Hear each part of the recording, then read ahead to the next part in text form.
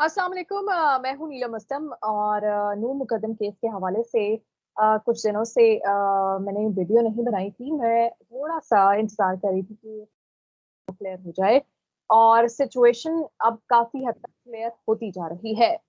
और इसको मजीद क्लियर करने के लिए आप सबके और मेरे फेवरेट फयाज महमूद जो हैं, जो कि पहले दिन से बड़ा रिलीजियसली मैं कह सकती हूँ इस केस को फॉलो कर रही हैं। साकिब बशीर साहब भी इनके साथ हैं, इनके साथ ही सारे मिलके तो फयाज महमूद ने मुझे ज्वाइन किया। अस्सलाम वालेकुम फयाज, कैसे हैं आप? वालेकुम सलाम। अल्लाह का शुक्र है, आप ठीक हैं, खैरियत से हैं? जी जी।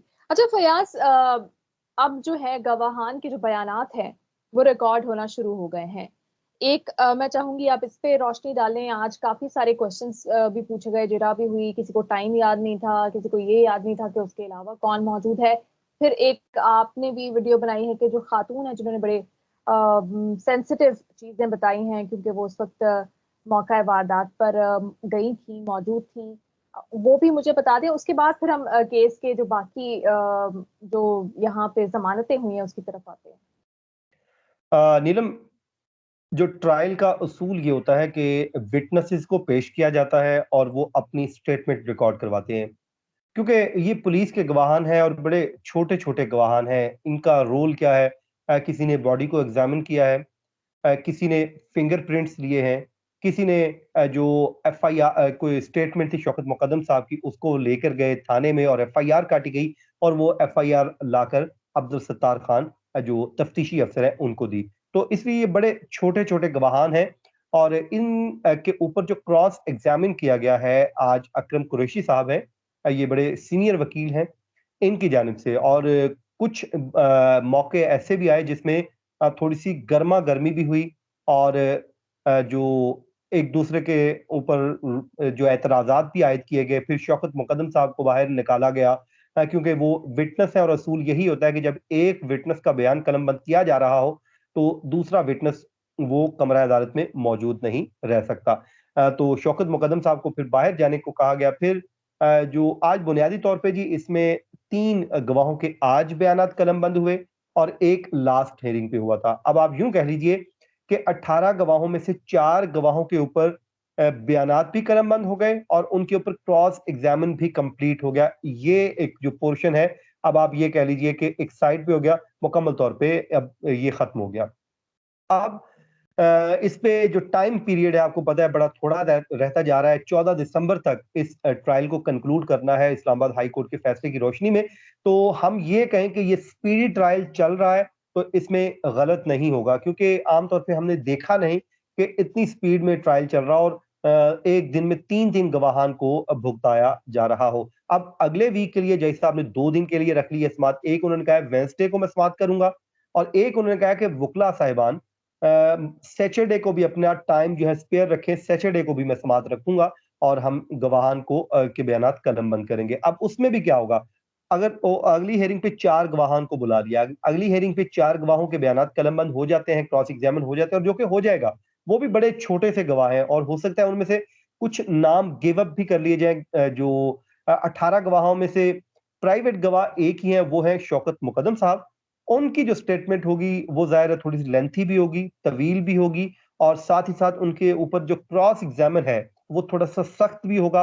हो सकता है वुकला का जो रवैया है उनके साथ वो बड़ा सख्त हो और जो वो थोड़ा-सा लेंथी होगा। उसके अलावा जो सीसीटीवी का मामला है, वो एक जो विटनेस होंगे पुलिस के, उनके ऊपर क्रॉस एग्ज़ामिन थोड़ा-सा लेंथी हो सकता है। तो ये आप कह लीजिए कि 2 महीनों में नहीं तो 2.5 या पौने 3 महीनों में एट लीस्ट ये ट्रायल मुकम्मल हो जाएगा। और वरना आम तौर पे पाकिस्तान में कत्ल के जो मुकदमे हैं, कई-कई साल उनका ट्रायल कंप्लीट नहीं होता। तो ये आप कह लीजिए कि ये आप लोगों का जो भी इसमें एक अच्छा फयाज, पब्लिक सेंटिमेंट था।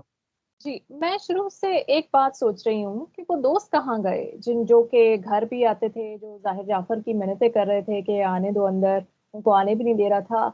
और वो उस वक्त भी मौजूद थे जब थेरेपी वर्क की टीम वहां पर गई, और उसके बाद भी बड़े हैशटैग्स भी चले और बड़ा रोना धोना भी हुआ। वो दोस्त कहाँ गए, उनके नाम कहाँ गए, उनके नाम क्यों छुपाए जा रहे हैं, और वो क्यों, उनकी गवाही क्यों शामिल नहीं की जा रही? नीलम, असल में इसमें प्रॉब्लम ये है कि इस वक्त हमने जो बात करनी है उस पे बात करनी है जो हमारे सामने मौजूद है। जो पुलिस का रिकॉर्ड हमने पूरा छानबीन किया, उसमें हमने पूरी स्टेटमेंट्स अभी तक जितनी सामने आई हैं, हमने उसमें देखी है। उसमें उन दोस्तों का कहीं ज़िक्र है ही नहीं। अब जब ज़िक्र नहीं है तो ज़ाहिर है हम उस पे कमेंट करने की पोज़ीशन में नहीं है, क्योंकि जो केस है इस टाइम वो कोर्ट में चल रहा है और ज़ाहिर है इस्तग़ासा बेहतर समझती है, जो प्रोसिक्यूशन है बेहतर समझती है, उन्होंने अपना केस जो है उसको स्ट्रॉन्ग करना होता है। बेसिक पर्पज़ क्या होता है इस्तग़ासा का? जो कल्प्रिट्स हैं उनको सज़ा दिलवाई जाए और इस्तग़ासा अगर ये समझती है कि ये जो 18 गवाहान हैं, उनके लिए मुनासिब हैं, उनका केस स्ट्रॉन्ग करने के लिए सफिशिएंट है, वो मुल्ज़िमान को करार वाक़ई सज़ा दिलवाने के लिए काफ़ी है, तो वो मेरे ख़्याल में ये वो करते हैं। तो इसलिए ठीक। अच्छा, ये मुझे बताएँ कि ये जो ज़मानत हुई है इस्मत की, मुल्ज़िमा इस्मत की, आप हुँ, हुँ। आगे हम क्या केस के मेरिट्स को देखते हुए, ऑब्वियसली फैसला तो जज साहब ने करना है, हम एक्सपेक्ट क्या कर सकते हैं फैसला इसमें? क्योंकि एक थोड़ा-सा मूड जो है, वो सेट कर दिया सुप्रीम कोर्ट ने कि ठीक है, वालिद तो गवाहान पे भी असरअंदाज़ हो सकते हैं, राब्ते में भी थे, लेकिन ये खातून है, ये तो वहाँ थी भी नहीं और ये और वो। इससे हम क्या अभी आप क्या एक्सपेक्ट कर सकते हैं कि आगे जाके इनको दोबारा कोई इस तरह से रिलीफ मिल सकता है खातून होने के नाते? देखें अभी जब केस स्टार्ट हुआ है इसमें जो बयानात हैं वो कलमबंद होना शुरू हो गए हैं। उनकी हद तक जो चीजें सामने आएंगी उसके बाद अभी तक जो रिकॉर्ड आया है उसमें तो अभी तक सिर्फ पुलिस एहलकार अपने बयानात कलमबंद करवा रहे हैं कि क्या क्या वहां पर हमने देखा, क्या क्या मौजूदगी थी। अभी वो जो सीडीआर जो असमत जाकिर से रिलेटेड गवाहान हैं वो गवाहान अभी कोर्ट में पेश होने बाकी हैं। तो सुप्रीम कोर्ट का जो फैसला है वो ट्रायल कोर्ट पे असरअंदाज नहीं होगा, क्योंकि उसमें मैं आपको समझा देता हूं कि हुआ क्या है। जब ये हियरिंग चल रही थी तो जजेस ने अपना माइंडसेट जो है ना, वो माइंड जो है उसको डिस्क्लोज कर दिया था। आमतौर पे जजेस करते नहीं, उन्होंने डिस्क्लोज कर दिया। डिस्क्लोज करते हुए ये कहा कि जाकिर जाफर की जो बेल है ना, जो हमें फीलिंग आ गई, जो वो कह रहे थे कि वो नहीं बनती। तो ख्वाजा हारिस बड़े जाहिर सीनियर वकील हैं, वो बड़े तेज हैं, उन्हें मालूम हो चुका था कि ये बेल मुझे नहीं मिल रही। तो उन्होंने क्योंकि जब जजेस ने बेल नहीं देनी थी तो उन्होंने जाकिर जाफर के मुतालिक लिखना था, रीजनिंग देनी थी कि वो क्यों कन्विंस हो रहे हैं कि इसका लिंक जुड़ रहा है। तो ख्वाजा आरिफ ने फौरन से अगला कार्ड फेंका और उन्होंने कहा कि मैं ये पिटिशन वापस ले रहा हूं, मैं इसको प्रेस ही नहीं कर रहा। तो उन्होंने वो तेजी दिखाई और वो इस बुनियाद पे, वापस लेने की बुनियाद पे खारिज होगी, ताकि सुप्रीम कोर्ट पाकिस्तान की जाकिर जाफर के अगेंस्ट कोई किसी किस्म की ऑब्जर्वेशन ना आ जाए। अच्छा, ये हो गया।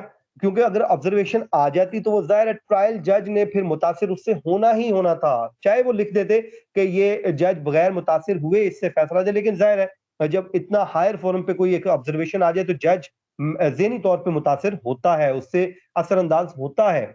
तो जब अस्मत आदम की बेल हो रही थी, तो जब उन्होंने लिखवाना शुरू किया तो वहां पे जो शाह खबर एडवोकेट साहब हैं, इन्होंने भी बड़ी तेजी दिखाई।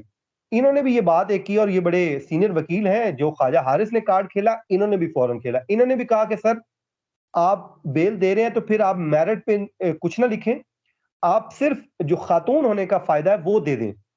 तो देन उन्होंने 497 का फायदा दिया। अब उसमें असमत जाकिर साहब जो हैं उनके मुतालिक अब मैदान ओपन है। कोई सुप्रीम कोर्ट ऑफ पाकिस्तान की केस के मेरिट से मुतालिक ऑब्जर्वेशन नहीं। अगर supreme court of Pakistan let's suppose लिख देती कि ये तो इनका लिंक ही नहीं बनता था, तो बाकी ट्रायल कोर्ट देखे, तो ये एक मेरिट डिस्कस हो जाना था। अब ट्रायल कोर्ट के पास ओपन माइंड के साथ वो सुनेगी और ट्रायल कोर्ट फैसला करेगी कि आया कि इनका रोल बनता है या नहीं बनता, क्योंकि सुप्रीम कोर्ट ऑफ पाकिस्तान ने कोई ऑब्जर्वेशन नहीं दी। अब ये आप कह लीजिए कि असमत जाकिर को सुप्रीम कोर्ट ऑफ पाकिस्तान की जजमेंट से कोई फायदा नहीं होने जा रहा, क्योंकि उनको जो बेल दी गई है खालिसतन खातून होने की वजह से दी गई है, केस के मेरिट पे जाते हुए अदालत ने नहीं दी। तो ये दो बड़ी अहम चीजें हैं। अब ट्रायल कोर्ट का जो माइंड है वो अप्लाई होगा असमत जाकिर के खिलाफ आने वाला एविडेंस देख के। तो ये अब बड़ा इंटरेस्टिंग है। आप ये कह लीजिए कि सुप्रीम कोर्ट ऑफ पाकिस्तान ने इस हद तक जो मेरिट को बिल्कुल टच भी नहीं किया ना। जाकिर जाफर का मामला तो आपको पता है, उन्होंने जब वापस ले ली तो जाहिर है फिर उन्होंने टच क्या करना था। तो इन्होंने जो है शाह खाबर साहब ने इस पे लिखवा दिया कि ये खातून होने के नाते हम बेल दे रहे हैं। तो ये मामला हुआ है। अच्छा फयाज, बिल्कुल आखिर में मुझे अगर आप बता सकें कि ये जो जाहिर जाफर है, अब फाइनली डिसाइड हो गया है इसका वकील, या अभी मजीद ड्रामेबाजियां और फिल्में जो हैं 3 घंटे की वो चलनी है? नहीं नहीं, इनको सरकारी वकील दिया जा चुका है। आज उनके वकील मौजूद थे और क्रॉस एग्जामिन उनका राइट था, वो कर सकते थे। और लेकिन क्योंकि अकरम कुरैशी साहब ही कर रहे थे, ये जो ताहिर जहूर के हैं, और तकरीबन वही बातें थी, तो इसलिए बाकी जितने भी वकला हैं वो अडॉप्ट करते रहे।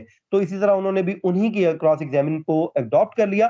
तो आप ये कह लीजिए कि जाहिर जाफर के वकील ने क्रॉस एग्जामिन किया है और उनका वकील उनका मुकदमा लड़ रहा है, जो और सरकारी वकील स्टेट के थेरेपी एक्सपेंस वर्क्स पे। का मुस्तकबिल वो भी थोड़ा सा डिफाइन कर दें कि ये जमानत पे ही रहेंगे, एक ही बार जाएंगे अंदर, या उस एक बार जाने से पहले भी अंदर जाएंगे?